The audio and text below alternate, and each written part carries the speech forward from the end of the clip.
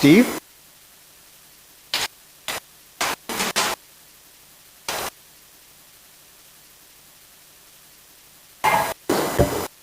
See if I get my pronunciation right to start off with. Bismillah al-Rahman al-Rahim. In the name of God, who is merciful and compassionate. When I was first, this idea was run by me, that night I watched one of my favorite Simpson episodes, which is where a small town actor gets cast in a Broadway show called Planet of the Apes. And his opening song is, I hate every ape I see, from chimpanzee to chimpanzee. You'll never make a monkey out of me.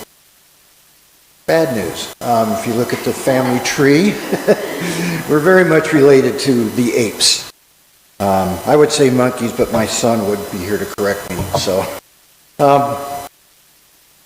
I first became really interested in primate behavior, probably not coincidentally, when I got a job at a large government operation. You know that baboons spend 4 hours a day looking for food. 8 hours a day making each other's life a living hell. Anybody work in an environment like that before? But of course it's the chimpanzees. According to the head of the Human Genome Project, 93% of their DNA is similar to ours. Now, while DNA doesn't dictate everything, it's a factor. It's a factor in our lives, it's a factor in the societies we live. So we could probably learn a thing or two. For one thing, they spend an inordinate amount of time trying to dominate and control other chimpanzees. And they have very active dopamine reward centers going on in their brain. The lesser chimpanzees, they have a lot of the stress cortisol, hormone cortisol. The one thing that really unnerves a chimpanzee is being overthrown, because they lose that drug they're addicted to. When I read this, I thought of Richard Nixon after Watergate, shuffling along the beach in San Clemente. It looked like he'd aged 40 years. It's a withdrawal, and that's why people hold on to it. We see famous people trying anything to be noticed again. 3 weeks ago, I was at the gym, and I was in a lobby and waiting for my stepson to finish his routine, and there was a TV evangelist on. And I don't know why, but it just happened to be, and you know, he was doing that little strut they do when you go back and forth in front of the camera, and he had his Bible, and he's going, and he grabs a verse out of here. Oh, he grabs this verse over here. And, oh, how about this one over here? And at this point, they have no meaning anymore, because he's pulled them out of the context that they were written for. And we don't even know how reliable the translation is that he's using. But he can now take those verses, grind them up, and come up with something to justify what he's about to say. And what he said was, love is important, but God really is more interested in us dominating and controlling other people. I could not believe I was hearing that. 3 days later, I see in the news that Franklin Graham, Billy Graham's son, had made the same speech at a meeting of the chimpanzee of war that we're presently under. And this is a lesson, because as Reinhold Niebuhr says, who by the way was a member of our denomination, the A-Team, wrote that one of the problems with human behavior, no matter how well-intentioned it is, and obviously this guy wasn't well-intentioned, it contains an element of sin, ego, financial gain, controlling other people, and it could warp or knock off track what we're trying to accomplish. So we have to be aware of that. And we've seen that. Samuel, who was our first example that we compare to Franklin, that nepotism is not a good thing among prophets. The Israelis, or the Hebrews, said, we want a king. Well, Samuel knew enough what they were getting into. And he warned him, he said, they're going to take your daughters and make them his servants. They're going to send your sons off to war to die. They're going to take your best land and give it to their courtiers. But they wanted it anyway. Jesus is speaking, and he's got either the disciples, in some versions, the disciples' families trying to see who's going to be on the ground floor of the new kingdom of God when it gets rolled out.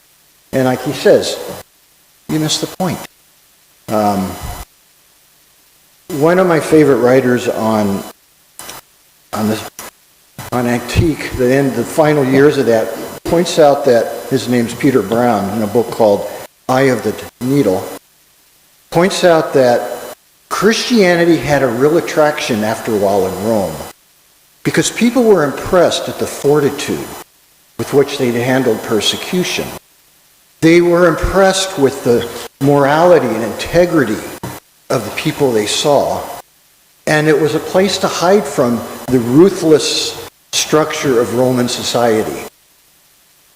A couple decades later, that other group is building private chapels on their property, having private priests, and so they don't have to associate with those people, which is a thing that Paul had talked about, when people wanted to have a separate communion away from the working people. The Quran. The original meaning of jihad, according to a professor of Islamic Studies, John Esposo at Georgetown, that means struggle on the path, which is interesting because Christianity is referred to in Greek as hodon, the path. And they said it's struggling on the path of God to make yourself, struggle with yourself to be the kind of person that God needs you to be in this world. And struggle with the powers that create unsafe societies where people are being exploited and demeaned. Orphans and middles are taken advantage of. And then we get to the Middle Ages, and we have Islamic empires. And suddenly, the meaning of jihad has changed. And like the guy on TV, they've taken verses and taken a few things out. And maybe added a thing or two.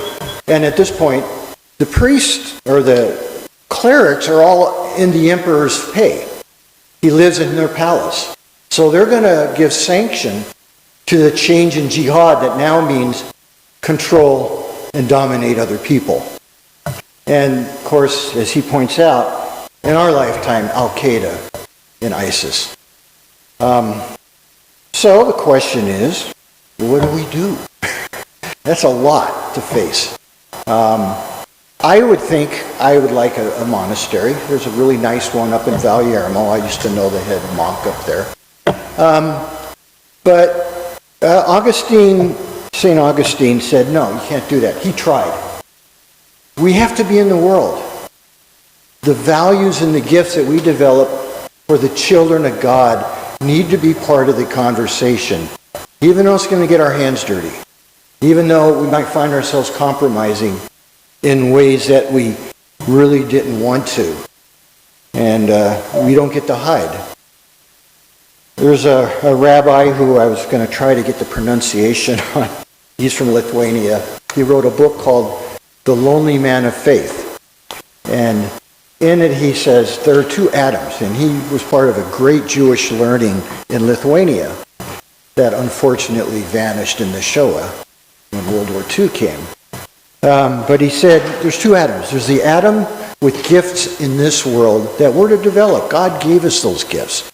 He gave us those talents. We're supposed to develop those and use them. And the second Adam who helps connect those to higher spiritual causes and realities. This isn't a thing about religion. I was in social work. has a profession, has a code of ethics that you think was copied right out of the Gospel of Luke. You know, people should have the ability to be self-controlled. They should have the ability to make their own choices and be honored and supported rather than being told what to do. But, again, we are part chimpanzee, and that sneaks back in sometime. The smartest thing the Department of Mental Health ever did was develop a peer advocate program. We started hiring our clients who did really well because they knew the world of our patients that we didn't know. We might have got it out of a nice textbook, but we didn't live in their reality. So we started hiring them, and we learned a lot. And it was such a motivation factor for new clients. They'd see these people would be talking to them, and they'd go, they were me. And they got a county employee badge. That was a motivating factor that it's not time to give up hope.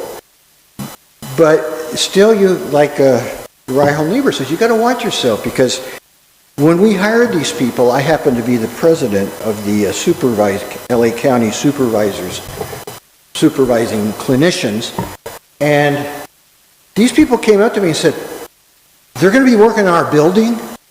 And I go, yeah. They're not going to be using the same restrooms we use, are we? Or are they going to go, yeah, they are. Are they going to use the same coffee makers we use? I said, yeah, and I think we're going to have 2 sets of water fountains, one that says colored and one that says black. Would that make you happy? I can be very untactful sometimes.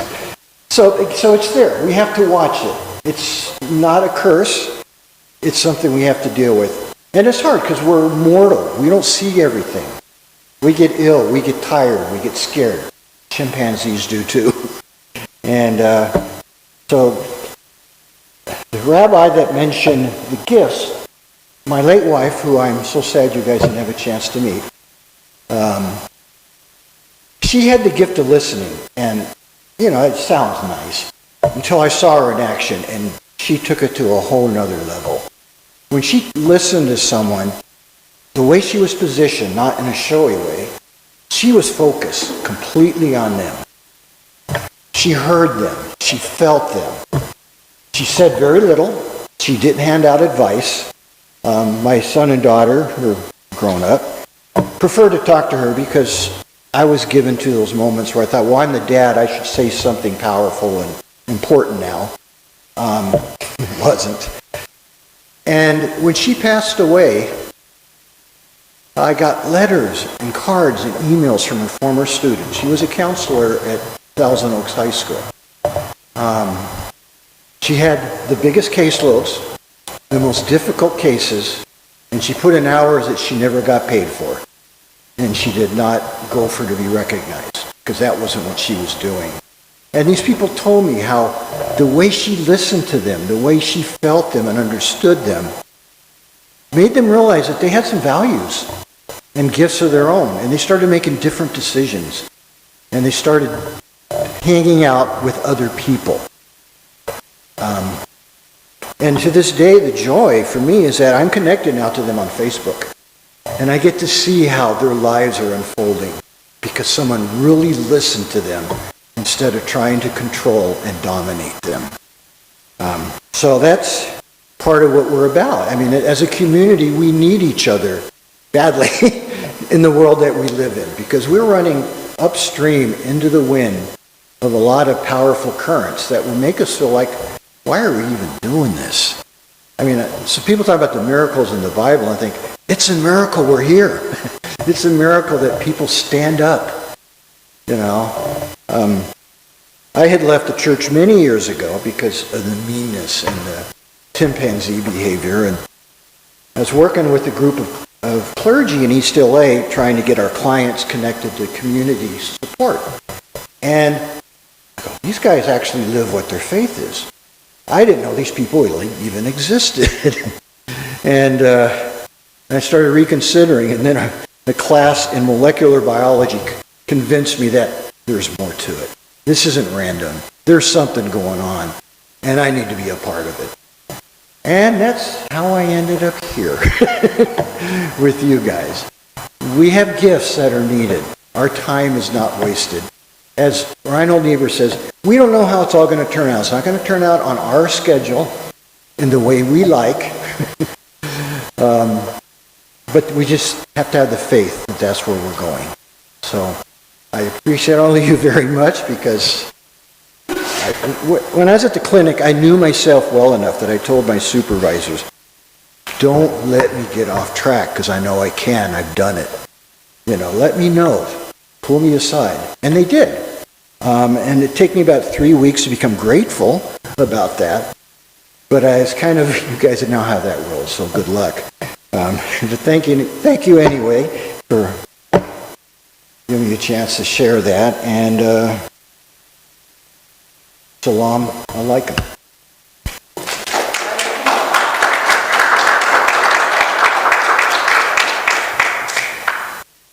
Thank you, Steve.